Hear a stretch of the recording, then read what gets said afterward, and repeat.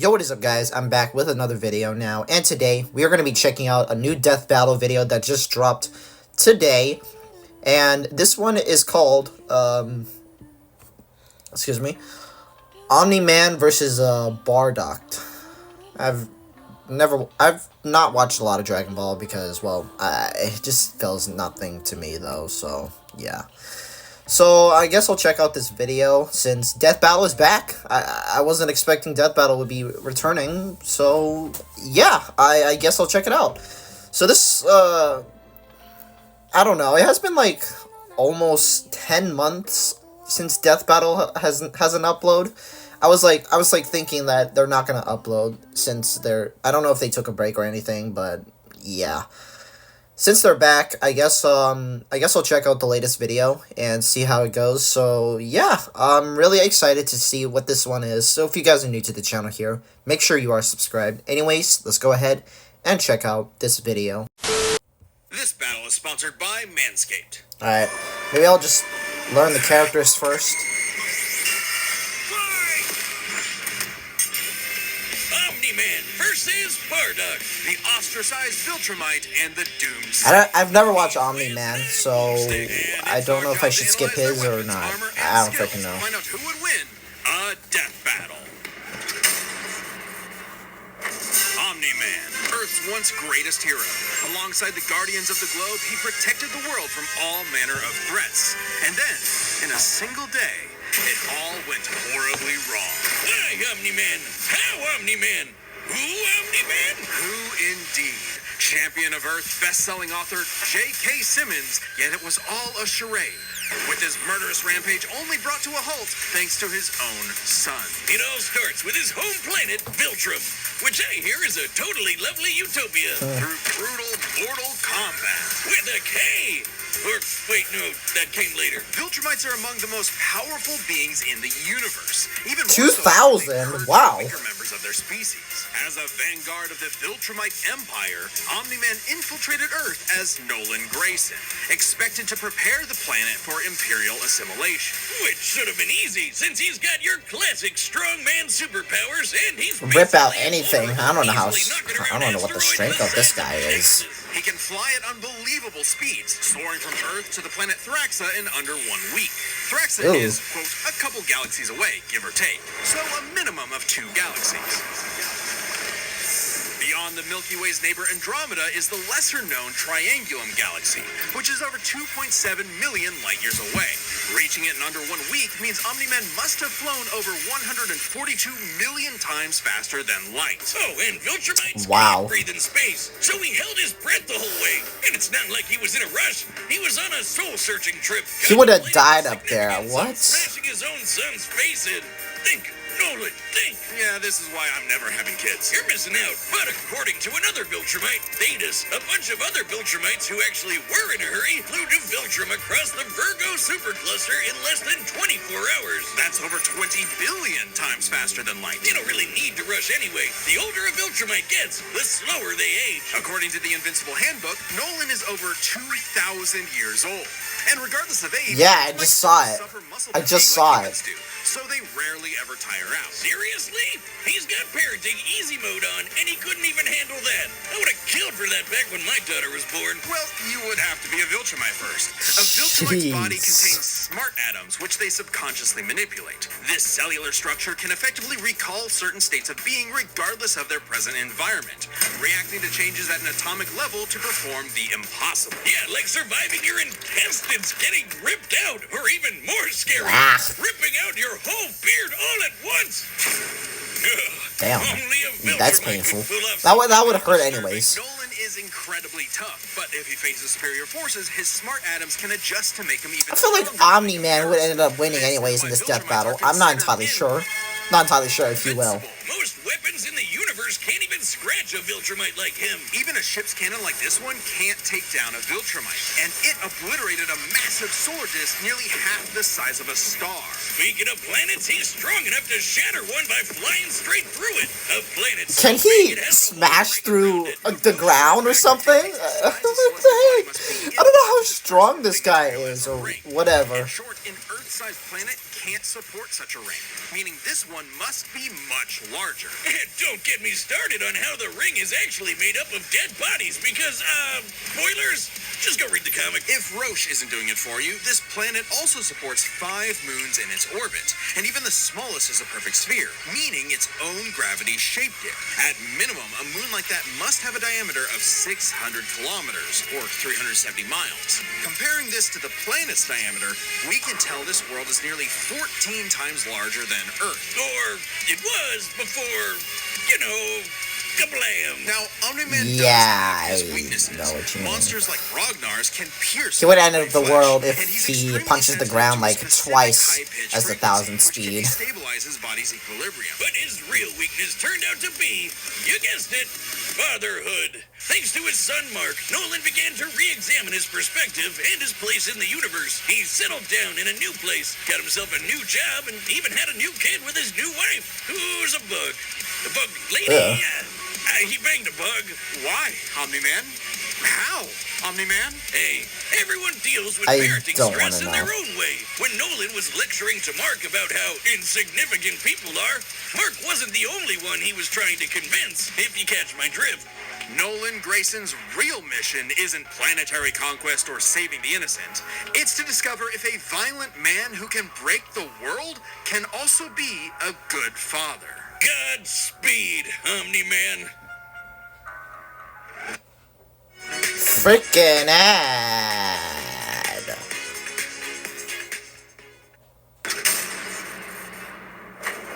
In the far reaches Alright, of this the is Dragon cosmos Ball. laid a world with a people like no other, born and raised to do just one thing: fight. The Saiyans, a proud warrior people from the planet Vegeta, ruled by King Vegeta. Well, narcissist punch. Exactly. Their pride blinded them to the truth of their impending doom. But perhaps one Saiyan represented the best. I hope I hope this video doesn't get. I hope I don't get blocked because they're showing too much of this scenes. And if he goes apeshit, you're totally screwed. And guess Exactly. what? Father of Goku. Oh wow, I never would have guessed. Right? What a curveball. So what does that make Turles? Who?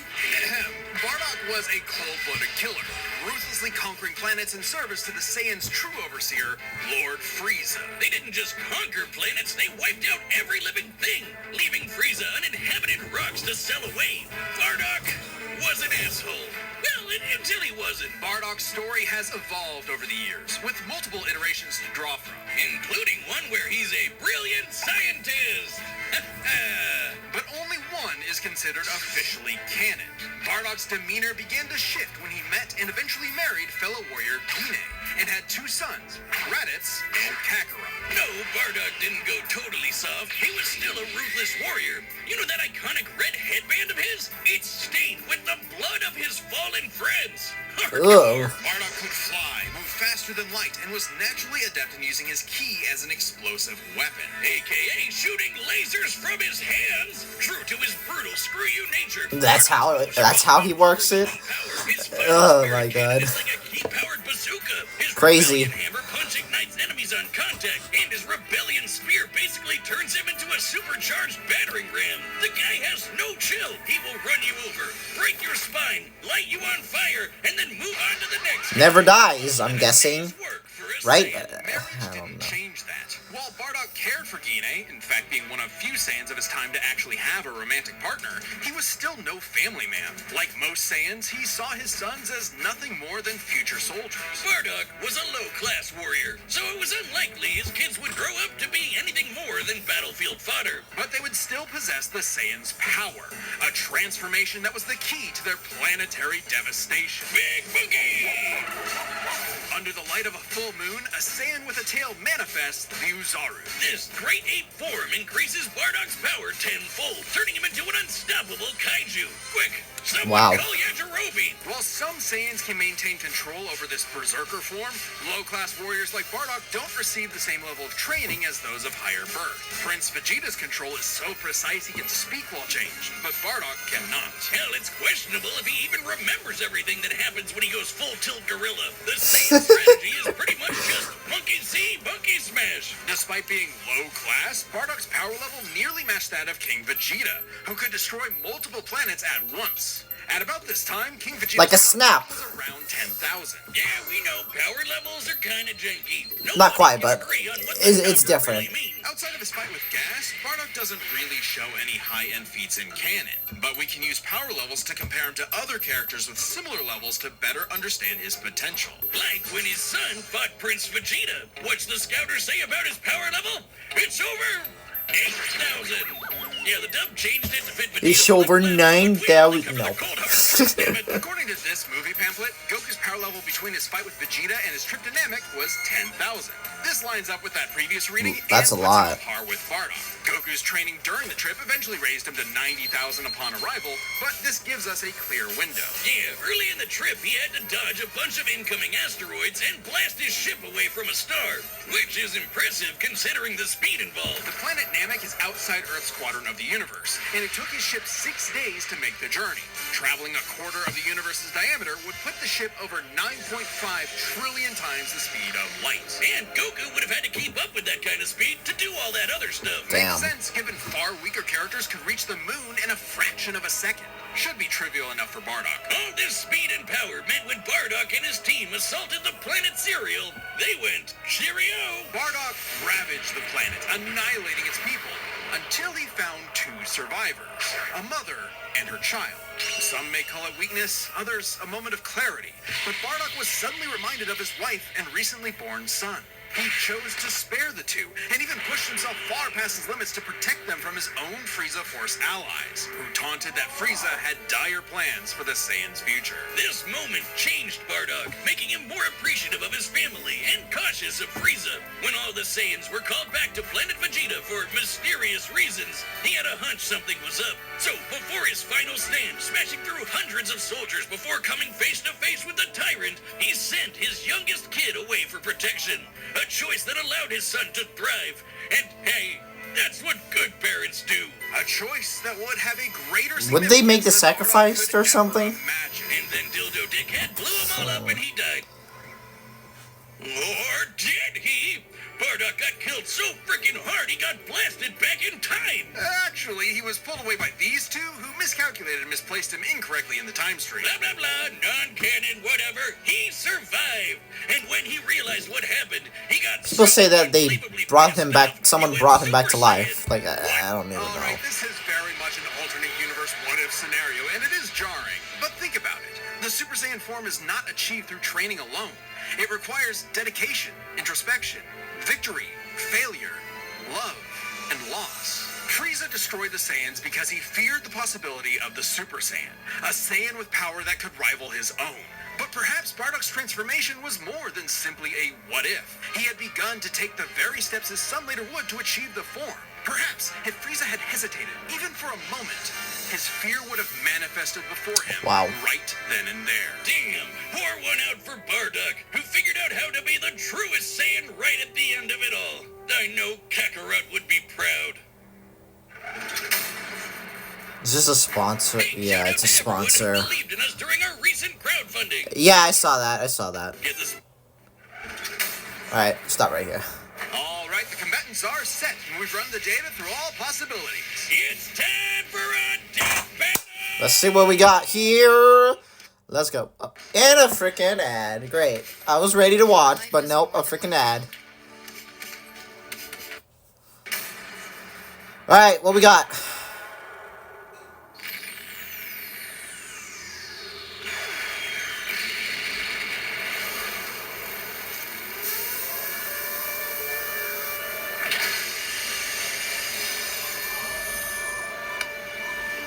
Great. Another gross bug planet. Whoa. This planet isn't anyone's to conquer. Don't underestimate me.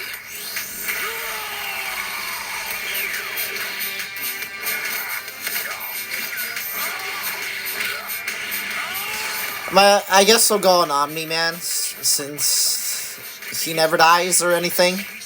Let me see. Let's see. My son would kick his ass.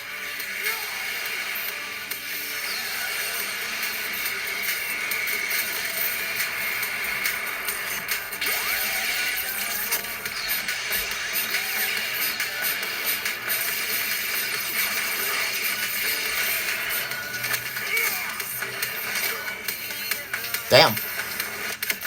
Oh my god.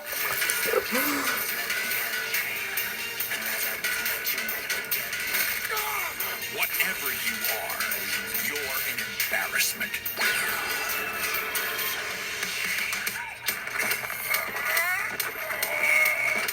Wait till you see the real power of a Saiyan.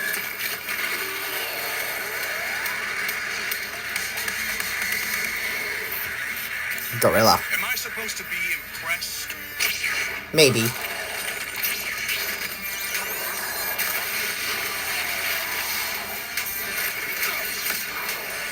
Damn.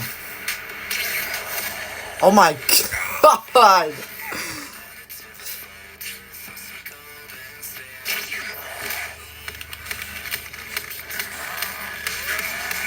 Can't break a bone of him. Yep, he got out.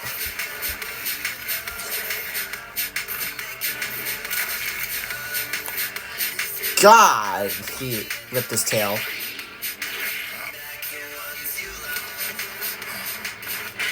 Shit.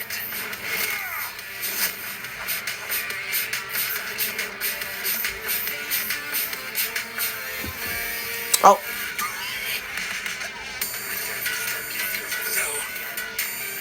My sons. Leave me.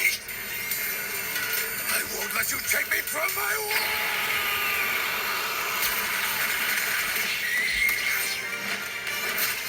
I don't want to jinx some Omni-Man losing. Is it? Yeah. I don't know. I have my beliefs on Omni-Man.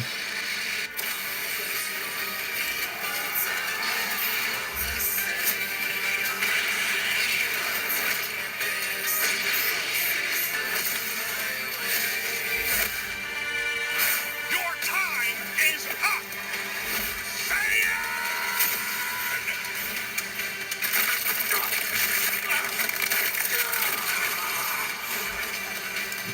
Oh my god. You said Saiyan. Remember it. Oh, that was a KO. Yeah, he's I guess Omni-Man wins.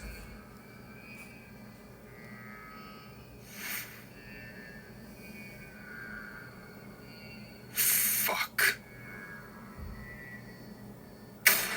KO! Okay, these Gokus have got to stop picking fights with guys in capes. Pitting Saiyan against Viltrumite is fascinating. Among the many similarities, 5 specific categories stand out. Starting with speed. Bardock is much faster, given his power level matched Goku dodging asteroids at 9.5 trillion times light speed, much higher than the Viltrumite's fastest speed. Add on the 50 times multiplier from Super Saiyan, and it's a huge difference. Right, Bardock clearly has the speed advantage, but strength and durability are another story. Though it doesn't seem like it at first, Bardock scales to King Veggie, who wrecked 3 planets at once, and Omni-Man only smashed 1.